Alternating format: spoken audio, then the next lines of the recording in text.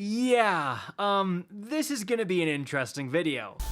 What is up, guys? It's your boy Rick Kakis, and today we're going to be showcasing what is going to be meta within Destiny 2 when the Edge of Fate expansion launches. Now, how am I doing that? Well, we're going to be showcasing the brand new seasonal artifact and all of the new seasonal artifact perks. Let's be honest here, guys, seasonal artifact perks have a massive impact on what is meta. I mean, right now in episode Heresy, Bolt Charge, Void, and Strand are all super meta right now, but they owe a lot of that to Flashover, Volatile Marksman, and Horde Shuttle, right? So, not to mention Unraveling Orbs, not to mention Blind Heart. Like, there's so many good seasonal artifact perks, and they are so important in shaping the meta. So, what are the new ones? Well, let's get started. Now, first things first, guys, we need to talk about what you saw at the very beginning of this video. There are a couple of big changes to the seasonal artifact. First of all, you'll notice right away that there is one big unlock at the bottom saying that the next major update is going to arrive whenever it arrives. So you have that one free update that comes halfway through the entire 6-month season that is going to give you more seasonal artifact perks. Then over to the right, we have new gear bonuses. There's one for armor and one for weapons. So what the heck is that? Well, starting in the Edge of Fate, when you equip new or featured gear, you will start to get tangible bonuses for your character. As you can see right here, the more new armor pieces I have on, that will impact my damage resistance. Same with weapons. If I put on a new kinetic weapon, I get a kinetic slot weapon damage bonus, guys.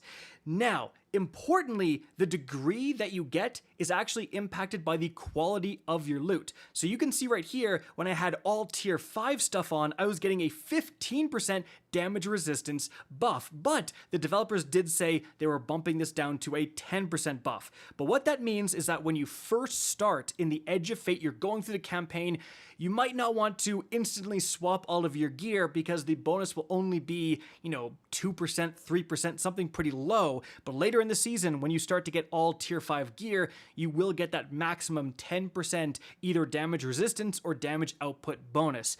So keep that in mind. That's going to impact the meta massively. If you're wondering about exotics, certain exotics are actually featured every season. So right here, this crest of the Alpha Loopy, it has that blue symbol. That means it's featured, so it will get a new gear bonus, just so you're not pigeonholed into only using the new exotics, guys. So, keeping all that in mind, yeah, I know it's a lot, let's now take a look at those new seasonal artifact perks. So, starting things off in the first column, we have Anti-Barrier, Scout, and Pulse. Then we've got Unstoppable Sidearm and Hand Cannon. Then we've got Unstoppable Sniper Rifle. We've got Overload Shotgun. And finally, Overload Rapid Fire. Now, moving to column 2, starting at the bottom, we have Rapid Precision Rifling. Rapid precision hits or final blows with scout rifles grants them increased reload and reduced incoming flinch. Well, the seasonal exotic is this really cool scout rifle that lets you go invisible when you get a headshot or kill a marked target. So that's actually pretty juicy that scout rifles are featured. Moving on from there, guys, the next perk we have here is going to be Tightly Woven. While Woven Mail is active, gain increased super and grenade stats. After that, we have One with Frost. While Frost Armor is active, Stasis Weapons gain increased reload speed and stability. Stasis Swords gain increased guard resistance. After that, we have Diviner's Discount. All Scavenger mods are discounted. Then we've got Flame, Fiber, and Freeze combines the Solar Strand and Solar Stasis Siphon mods into one. After that, in column 3, starting at the top, we have Fever and Chill.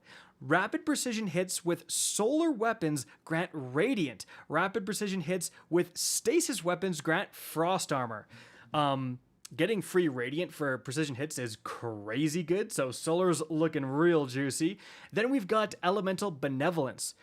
Granting allies an elemental buff gives class ability energy. That's crazy with Bastion, right? You give everyone overshield and then you just get your class ability back. Moving on from there, we've got Frost Renewal.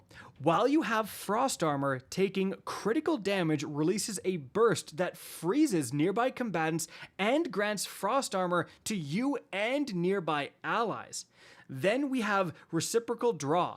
Rapid non-sidearm final blows grant sidearms a period of increased damage for a short time upon next draw, guys. Then after that, we've got Refresh Threads. Picking up an elemental pickup matching your subclass element or a tangle while you have Strand Super grants energy to your least charged ability.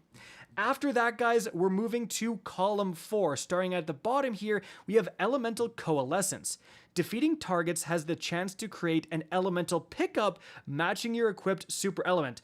Well, that's an incredible combo with the perk we just looked at. Then after that, guys, we have Shoulder to Shoulder. Dealing sustained precision damage against combatants while near 2 or more allies grants you damage resistance. Boys, the standing in a well meta is back, okay? So that's going to be awesome for big raid DPS phases, let me tell you. Now, moving on from there, guys, we have Elemental Daze. Stunning a champion with an elemental weapon creates an elementally aligned explosion, applying a matching elemental debuff to them and nearby allies.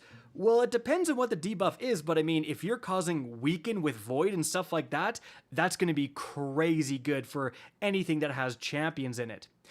Next up, we have Cauterized Darkness. Stasis or Strand debuffed non-boss combatants take increased solar damage from all sources.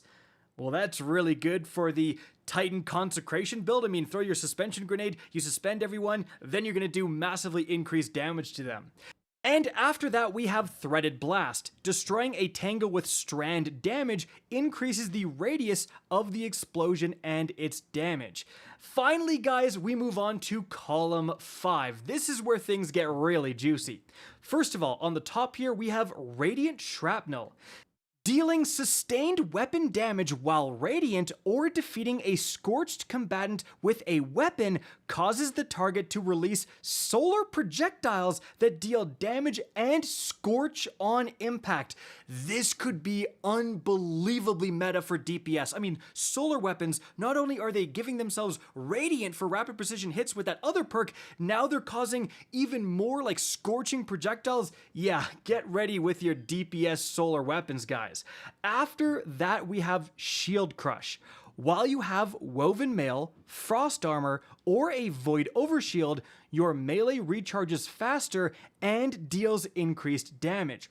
While you are Amplified or Radiant, your Grenade recharges faster and deals increased damage. After that, guys, we have Elemental Overdrive.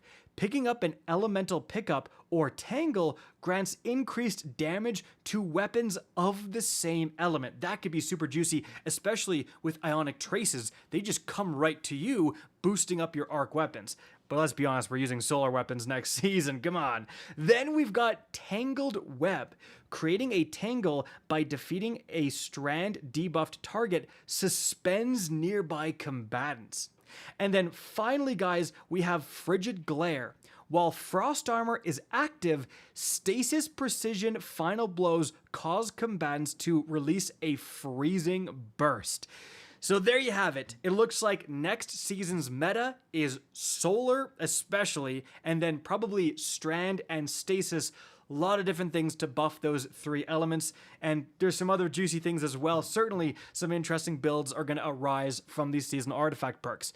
And guys, this is just one of many new Edge of Fate videos I'm putting out. Definitely make sure to hit that subscribe button, to hit that notification bell so you don't miss them, and check the channel for any I've already put out. And so guys, that's it for the video. I hope you enjoyed and found this informative. If you did, please remember to help me out by simply rating and especially sharing this video. If you guys want to see more Destiny 2 content similar to this, don't be afraid to slap that subscribe button. If you want to get in touch with me and keep up to date with the latest channel activity, the best way is to follow me on Twitter at RickCacus, that is linked in the description down below. Again, I hope you enjoyed the video, and as always, have a good day.